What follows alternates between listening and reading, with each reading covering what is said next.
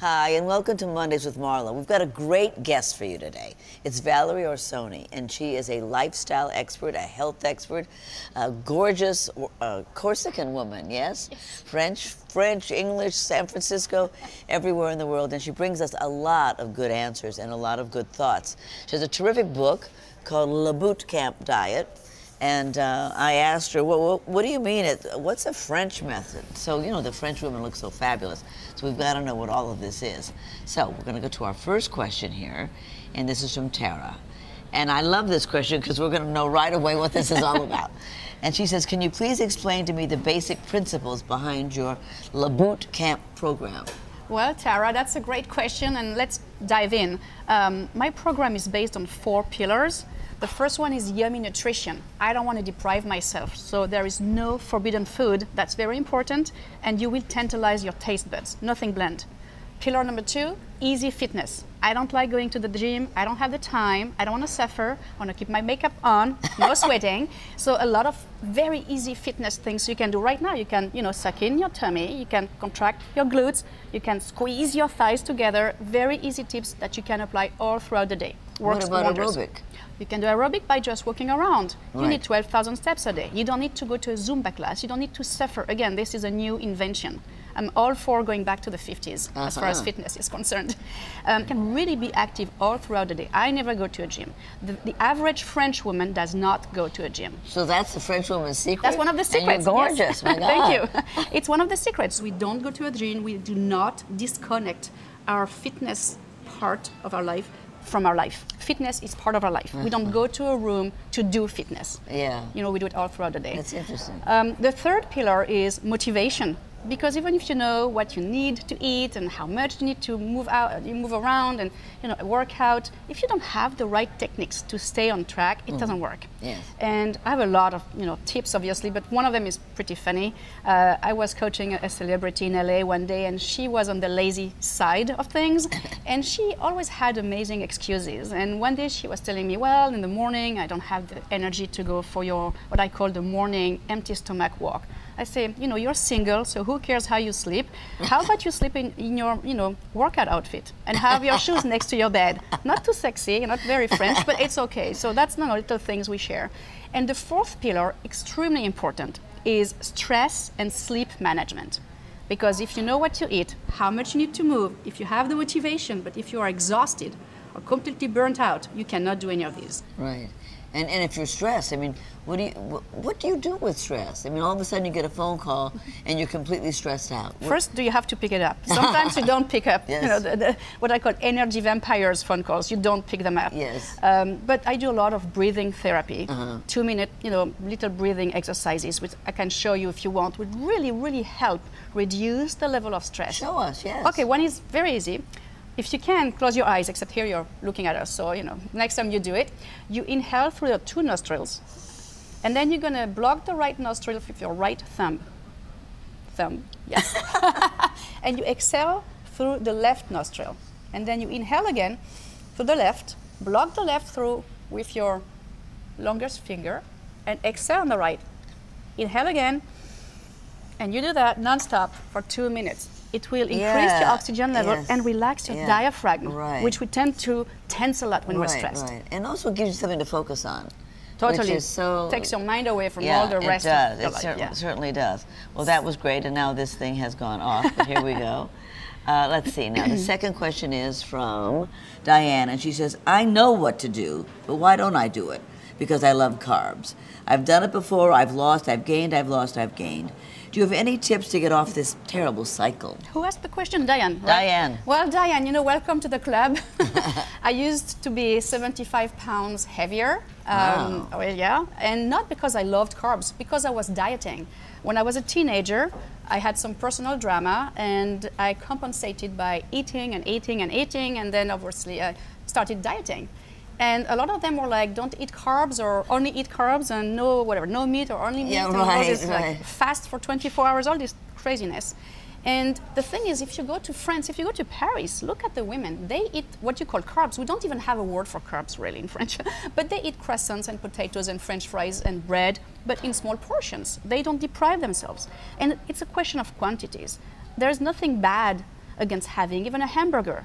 But hey, you had your bread, so maybe you don't want to add too much of it, after the day. In your day, you had enough. It's a question of portion, but carbs are not evil. Actually, food is not the enemy. What is? The enemy? Stress and dieting. Yeah, but also probably overeating. Overeating. So something I have noticed here in the US is you snack a lot. I mean, even moms taking their kids to a park for like an hour walk, they have little things to for the kids. Like they're gonna starve in the park. You don't starve when you walk for an hour in the park. Right. No, you don't. And you won't see a French mom taking snacks to a park with the kids. No, you just go to the park and have fun. That's right. You don't need to be fed. See, that's constantly. interesting. That's that's a real difference. This is from Bree. If you're craving sweets, how do you manage it? Can you give me some tips, please? Well, two things actually from Brie. The first reason you're craving sweets, maybe there's a problem.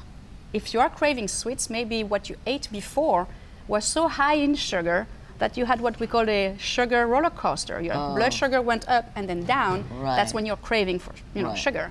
So maybe you want to have a look at what you ate before. Now, if you're hit now by a craving, there are a few things you can do.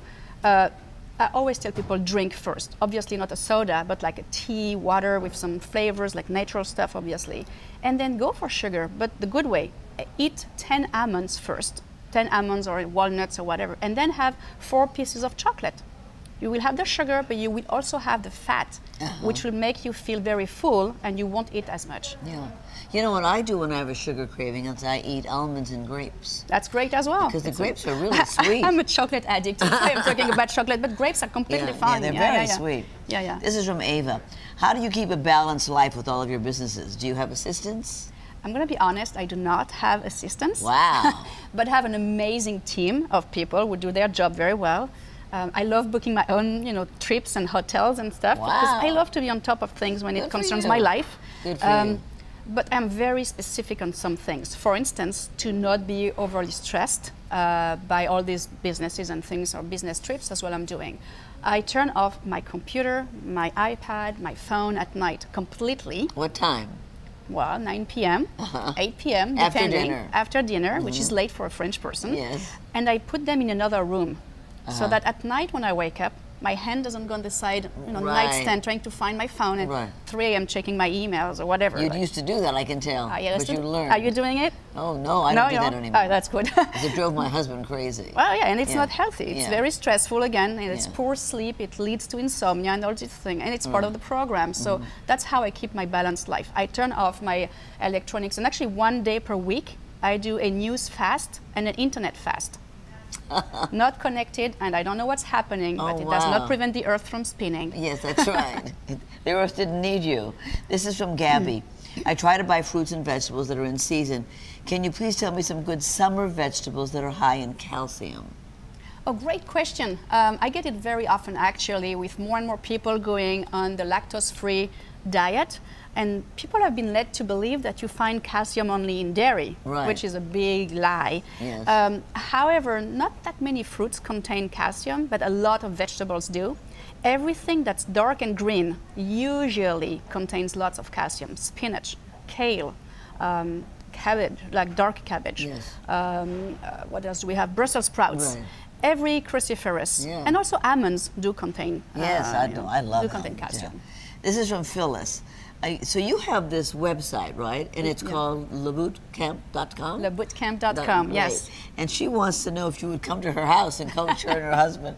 But she wants to know how effective is the online coaching. Well, you can always talk to me for coming to your house. Well, the online coaching is extremely effective. Why?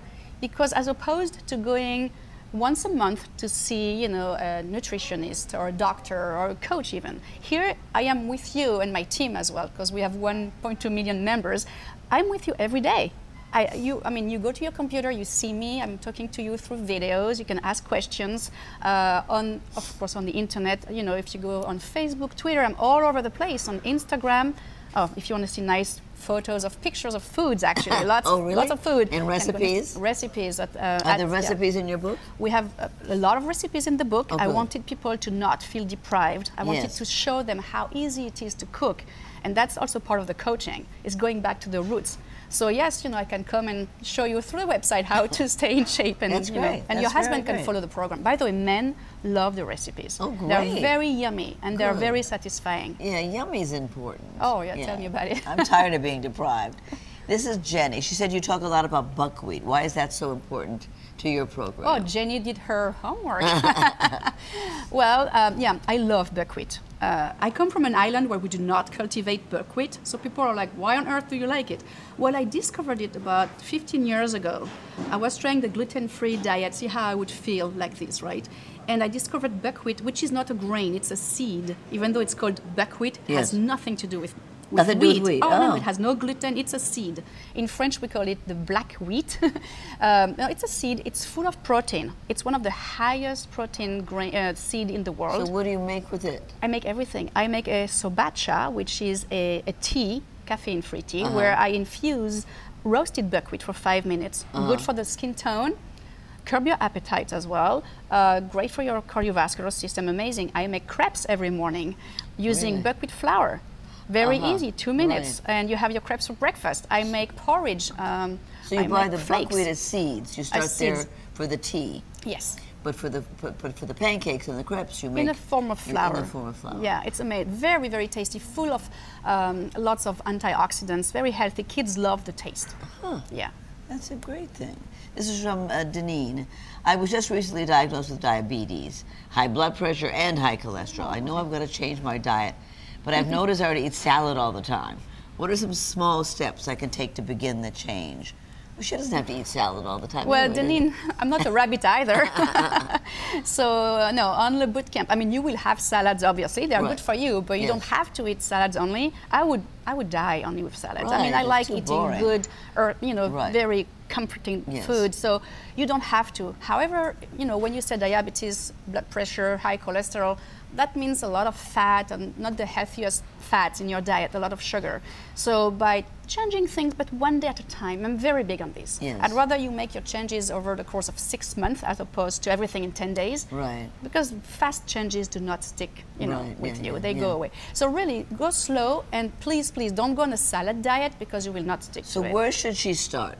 So she should start by changing one thing per day. Let's say if you have breakfast, well, tomorrow go for a buckwheat porridge or a buckwheat pancake with, I don't know, applesauce and... But leave out what? Oh, I would say leave out... Butter and bread or jam? No, I don't want people to leave out things, but if you fry food, stop frying. That's the first thing to do. And also, if you do a lot of takeouts, which usually lead to that, stop taking out food. I mean, just, cook. Learn how to do little things every single day. Right, that's good. Okay, this is from Nita. How does one successfully lose weight when dealing with diabetes? I get so tired of measuring every bite that goes into my mouth. Yeah, it depends on if it's diabetes type 1 or type 2, obviously. And I understand it's tired and it's also painful to be measured every time because I've tried the little device that, pricks your finger. Well, you don't have to measure everything you're doing all the time if you have a healthy diet, obviously, and the right medication. But if you have a low glycemic load diet, it will work. I'm talking about load because for the past 30 years, people have been talking about glycemic index. That's outdated. If you have diabetes, to better deal with it and eat good food all throughout the day, you need to take care of what we call the glycemic load, which it's very cool, by the way. In the past, if you had diabetes, you were told to not have watermelon because it has sugar. But now we know it has a little bit of sugar, a lot of water and fiber. You're fine with it. So by knowing the right food that will not impact your blood sugar, you will know how to lose weight and keep your diabetes in check. That's great. Oh, I love this. I can't wait to hear what the answer is. Ben, hello, Ben. We don't get a lot of men, so I'm thrilled to see you, Ben. I've heard you have 10 weight loss commandments. What are they? I'm very committed to getting into shape. Oh yeah, man, yeah. We love men on the boot camp. We do. Well, 10. Are there 10? I'd like to start with 3.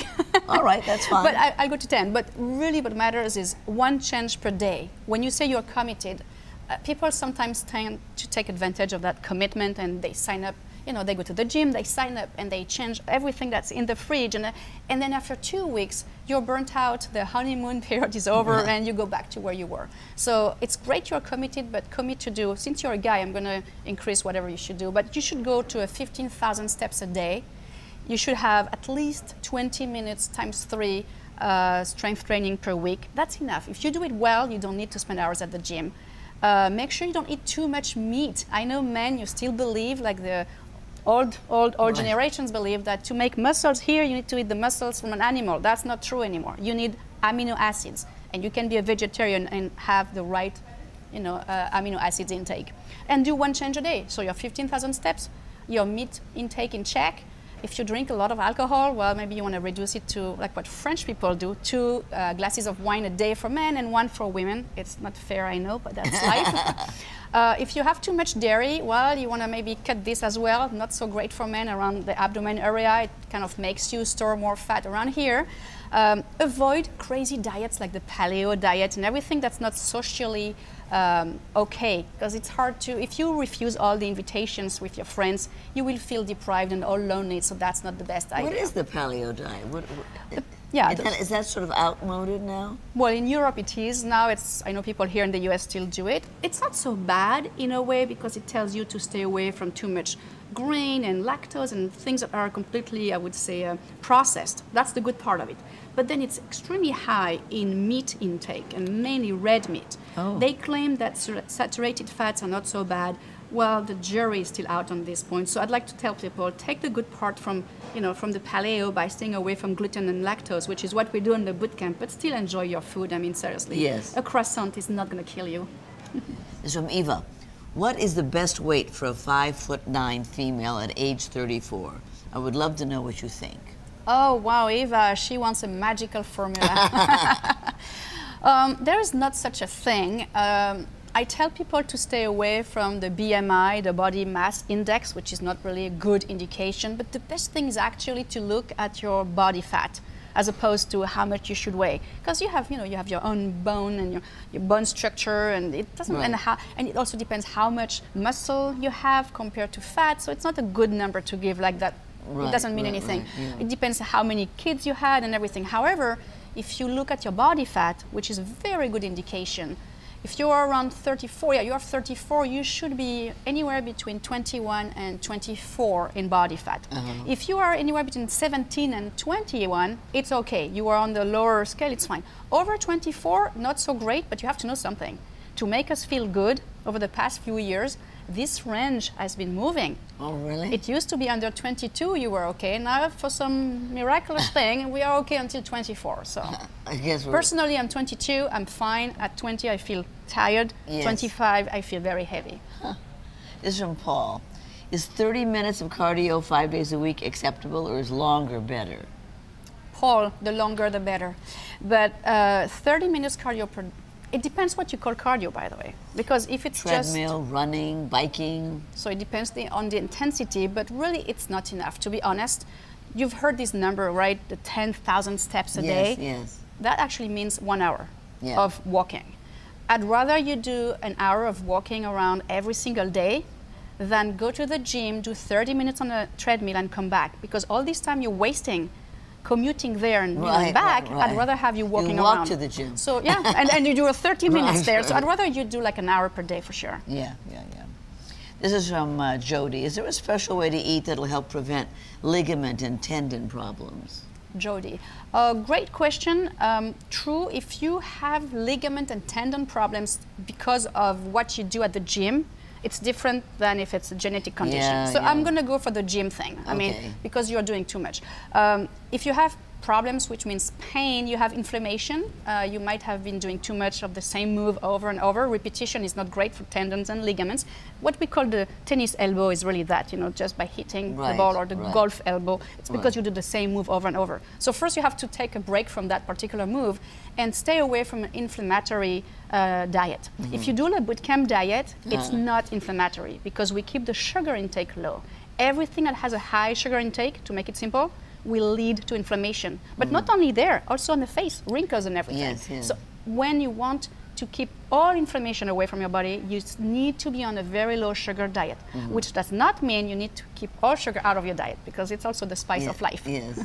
Right. Is sugar basically what gives you inflammation? Yes, sugar, mainly everything that's white, you know, like white sugar, white pasta, potatoes, rice, white bread. You still can have it, but there are ways to have it. So if you just have, for instance, a piece of sugar on an empty stomach, right away you have the inflammatory process that gets started. Now, if you have chocolate, it has, or almond and grapes, like you like to do, we have an association of fat and sugar. Really reduces the impact of the inflammatory process. And inflammation is sort of the ball game, isn't it? It's aging and it's fattening, so I want to stay away. But it's also, it causes cancer, heart problems. I mean, everything I read says inflammation is the one thing you've got to really control. If you control this, you control 95% of what happens in your body. This is from Liz. Why does it seem that French women can eat whatever they like? I need to move to Paris. Yeah, come with me. Well, it is true in a way, but look at the portions. I'm shocked when I come back to the States from Europe and I look at the sizes. Even the croissants in the US have been fattening up. I know. They're huge, like sometimes twice or 3 times the size of a Parisian croissant. So yeah, if you go to France, you'll see women eating a lot of different things, but always more portions. They always dress also very, with clothes that are very, very, I would say, showing your body. That shows your body. And by knowing how we look, it also sends a message to your brain, maybe I shouldn't eat too much. So there's a connection between what we eat and how we dress and how we feel. So you will see them eat, but they will feel right away if it's too much, because we wear like tight belts and stuff, so we know that. Yes, my husband and I were in Paris last year, and I noticed how beautiful, like the salad came. It wasn't this gigantic thing that I knew I couldn't finish. It was just enough. It's small and it made you feel good about even eating it. Like I finished it. Finish your plate. Yes, right. But did you see also at first they do not serve bread and olive oil? No. Here they usually bring a bread basket and olive oil. Do you know how much we eat? The average? 400 calories more when we dip the bread into the olive oil, on average. Which means after 20 days or 20 restaurant outings, you have gained 1 pound of fat. Wow. So that's an easy thing. French women don't do that. They do not bring bread. Well, the French restaurants don't do it, you're saying? No, they bring the bread when you have your meal on the table already. So which means you're not going to be overeating bread. You're not stuffing yourself and filling with it up. This is from Lori. Once you lose the weight, then how do you maintain it? A great question, Lori. Because it's true that losing is easy. I mean, you do any stupid diet, it's going to work, right? And that's why I did 42 of them, because every time I would regain everything I had lost. We all. But that's why my program really works, because I have 4 phases in the program. The first one is a detox phase, where you learn how to cleanse your body and really prepare it for the weight loss. Is that a fast? No, come on, could I fast? No, but we eat, we eat what we call the top 10 detox foods, foods that help flush out toxins, like, apples and garlic and grapefruits and things like that. Is that in here too? It's all in here in the book. Great. But the next phase is called attack, where like a pit bull of the diet, you go and attack the extra pounds. But the third phase is called maintenance. And how we do that, we learn how to keep a good pH in our body, a pH of the water, like 7, 7.3. And by keeping your body well balanced, not too much alkaline, but not too much acidic, right in the middle, that's how you're going to keep the weight off. Good. Well, you can read about it in this book. I can't wait to read this book. This is from Anne. What are the best ways to frame or reframe thinking to avoid emotional eating, loneliness, boredom, anger, fatigue? Well, and you're talking to a Corsican lady. So I invented something called the vendetta diet.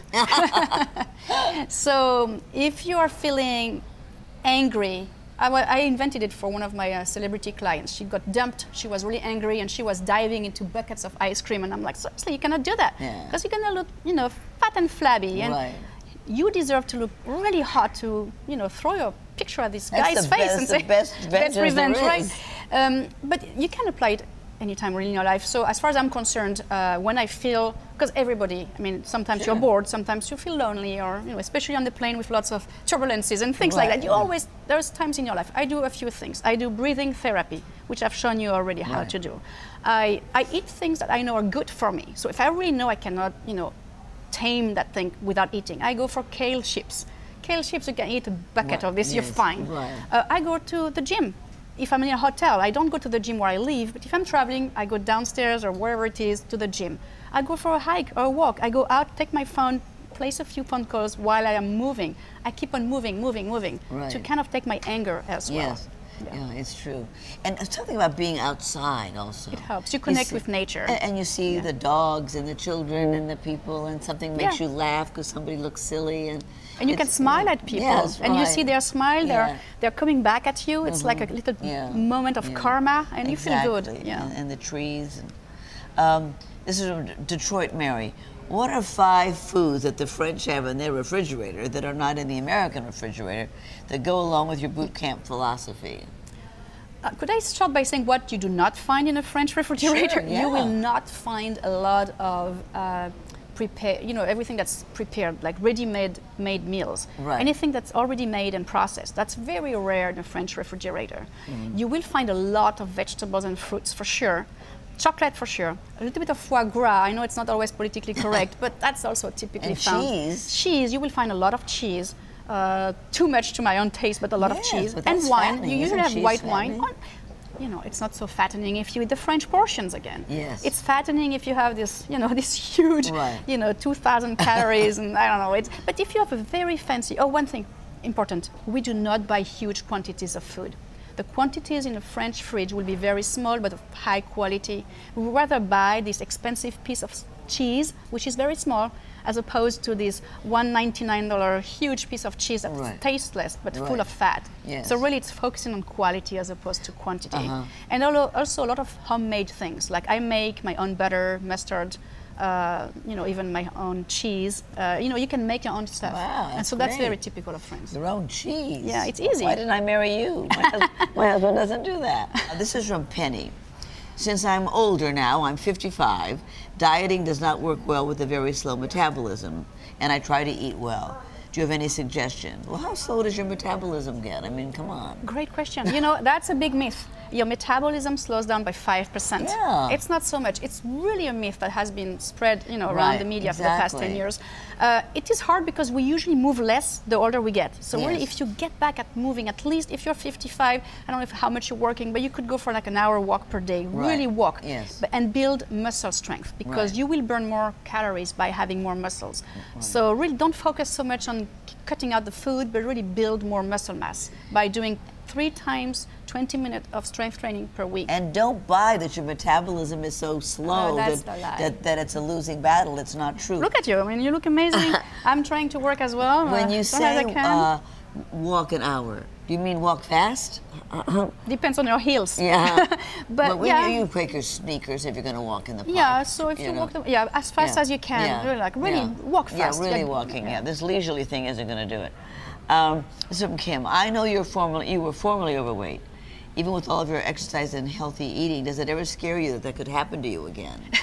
Great, thank you for the wishes. It's easier for a former overweight person like me to get back and regain everything. Yeah. Why? Because the fat cells never go away. They stay and they shrink. Oh. That's why somebody who has been overweight before can really regain everything quickly, even 20 years later. Because these fat cells are here and they're screaming, I'm hungry, I'm hungry, I'm hungry.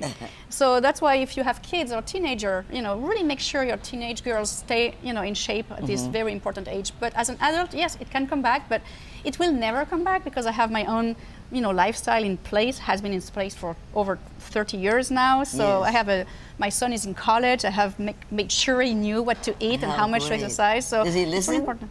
Well, yeah, he listens. He has to. I'm a Corsican mom. But it's really possible, to regain it if you don't, continue eating healthy. Yeah, of course. You have to watch it. It's about not being lazy. Everything is about being motivated, not being lazy, and taking responsibility for yourself. Yeah, nobody else can do it for you. Nobody cares. This is from Heather. Can I improve my sleep? I rarely get 6 hours. Heather, that's a great question. Again, that's one of the myths we've been bombarded with. People think they don't sleep enough, when in fact they don't need more sleep. For years, I thought my 5 hours sleep per night were not enough. Really? But it's not true. I'm full of energy and it's fine. But for years, I was so stressed, I thought I was missing 3 hours per day, right? I was forcing myself to sleep. So it depends. If you are not tired, you're fine. Now, if you're tired, you might need to do what I was telling you earlier on, you know, when you go to bed, you do some breathing therapy. Right. You turn off everything, put in another room, Right. and focus on you and a book. And don't watch TV, Don't right? watch TV in the bed. That, you know, That's bed is for two stimulating. things only, Yeah. sleeping and something else, but not to eat and not to work. Right. So here's the last one from Danielle. Can you give me some tips on some foods that I need to put in my refrigerator that are healthy and great tasting? So you said fruit and vegetables. Yes. A lot of water. Yes. What else would you say? I would say if you like something very much, make sure it's here. People tell me don't buy the things you like, otherwise you're going to eat it. But a few things so that you are not obsessing over it. Right. Again, I'm always going back to chocolate because that's the thing I like. I buy this expensive, rare chocolate. It's at the top of my fridge, but it's hidden. So when I open the fridge, I don't see it. It's somewhere But you behind. know it's there I know, somewhere. but it doesn't nag me so much. Yeah. So really have lots of spices as well. That's very important to Right. spice up everything you cook. Right. If you like wine, you know, white wine on the bottom of in the fridge door, some egg whites, better than the whole eggs, obviously. Yes. And then really have healthy, fresh fish, wild caught if possible. Yes. Because that's when you're very, you know, hungry, and some dips, you know, like Yes. hummus and things Yes. like that. So that if Right. you're really hungry, you have healthy choices to choose from. And cut up veggies to put in the hummus. That's a good Yeah, one. I do that. Yeah, I have but don't always stock up on the big quantities of big things, Right. and don't have. Right. If you know you are going to be falling into the ice cream bucket, don't have that in your freezer. Right, Yeah. exactly. Well, you've been great. Thank You know you. a lot, and that's been wonderful. And we'll just talk about your book one more time, Le Boot Camp Diet. I'm taking this one. You have to go get your own. It just came out. It's brand new. So get it, and we're going to change our lives. And we really have enjoyed talking to you. Thank you for having me. Thank you for your time. Bye, everybody. We'll see you next time.